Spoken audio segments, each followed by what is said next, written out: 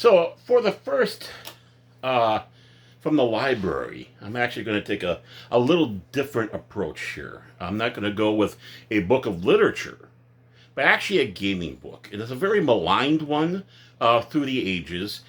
People who have had it, it's one of those little red-headed stepchild type of things. Not to insult redheads out there, I have a particular fondness for them. Uh, but for many reasons, one of which is definitely the role playing system that they had in there. And anyone who seems to get their hands on this book seems to think that they have themselves instant gold, that this is a rare book. Being told by the rest of the role playing community that, no, it's not. It's plenty of them out there. Those do have some fond memories of areas of it. Others just dismiss it outright. Myself, I have fond memories of areas of it. And actually, I acquired my first copy of it. I actually have two.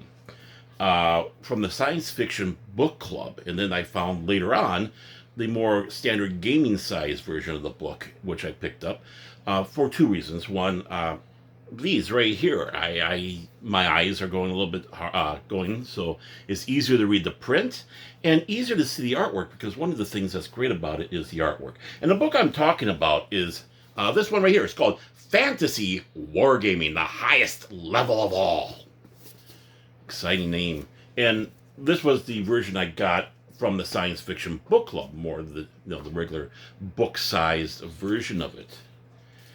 But the gaming system itself is a mess. It's horrible. It's like concocting Frankenstein's monster, missing a few pieces, and then making it even worse by making it how it looks.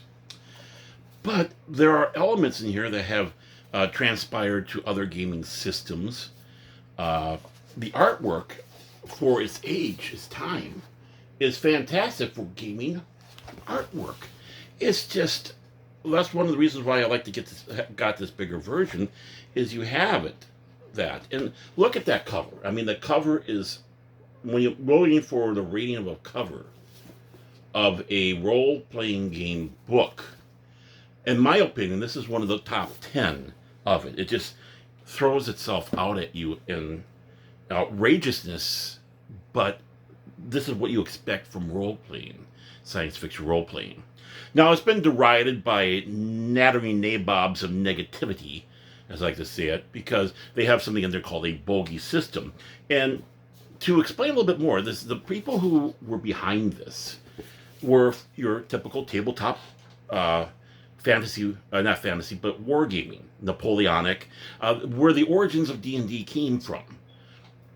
Of course, that evolved into fantasy form of the tabletop, which, of course, you now see in the forms of Warhammer, Age of Sigmar now, I suppose is what it's called, and others like that, chainmail that was evolving into what we now know as D&D, where instead of having the armies, you now have the individuals. Well, they were resistant, this group of people, to play into it, but when they did play it, they loved it. But the problem that they had was they did not like the anachronistic attitudes of it, where you have a sword from this era, armor from this era, all conglomerating together like it's one whole era of time. So they went about with a more historical aspect of having a role-playing game system, basing it off, obviously, medieval times of of Europe, not United States. And these people were English that were going behind it. And in that time, let's face it, it was an intolerant time for many. You had the church, the Roman Catholic Church, who was basically over a lot of people religious-wise. And if you're Jewish, you had a hard time in that world. If you were a quote-unquote pagan or heretic, you had a hard time in this world. And the aura is making sure you know that there's two different people, pagans and the heretics, not one conglomeration.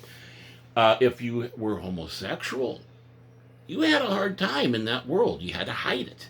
And they had a little thing called a bogey table, where you could have this wild, random roll to what you would role play in this world. And if you fell on these, obviously you had a negative social point to it. And you either had to hide what you were, you had to figure out how you're going to work around with these people in that era of intolerance. And even for women, there was that level for women that, women were only supposed to be this. Well, of course, today you have a lot of people going out there saying these people are ists and phobes. No, they're historically accurate to what they were doing. It was not relying on them. It was not their attitude. Again, separate the author from the product, you morons. Okay, there's my insult, there's my rant. They also, oddly enough, included the Norse pantheon as a religious group. So obviously, not only could you be in the Roman Catholic world, you could also be going through the Nordic world and applying your trade that way and your religiosity. And they have this whole complex system in there about what religion is. I would, people kind of go, oh, you don't need to have that last stuff. It's been evolved into this or that or so on. I still like going back and reading through it. I like reading through the historical parts. I like reading through what they have for the historical monsters based off of the actual folklore, not what it's been evolved into with our fantasy today. You'll find that there's a dramatic difference between unicorns of then and unicorns of now and various other aspects of what we consider fanciful creatures from mythology. If you do get a copy of it, enjoy it. Enjoy the artwork, enjoy it for what it is. I wouldn't roleplay it. But there are still aspects I think you can bring into your current role-playing game system if you wish to have a primer to an authentic role-playing experience of the medieval age. Next to GURPS. GURPS, obviously, with their systems, really expanded upon it with Middle Ages 1, Vikings, the Celtic, even their Arabic world system books that they had in there, which, of course, obviously is several volumes, but for one volume, that does wonders of taking a peek into what the medieval world was. So that's one of the pieces I have in my library, again, for both amusement, for entertainment, and even research on different aspects. From the mighty offices of the great Tagge estate, this is Baron Tagge wishing you all have a fantastic day. Thank you.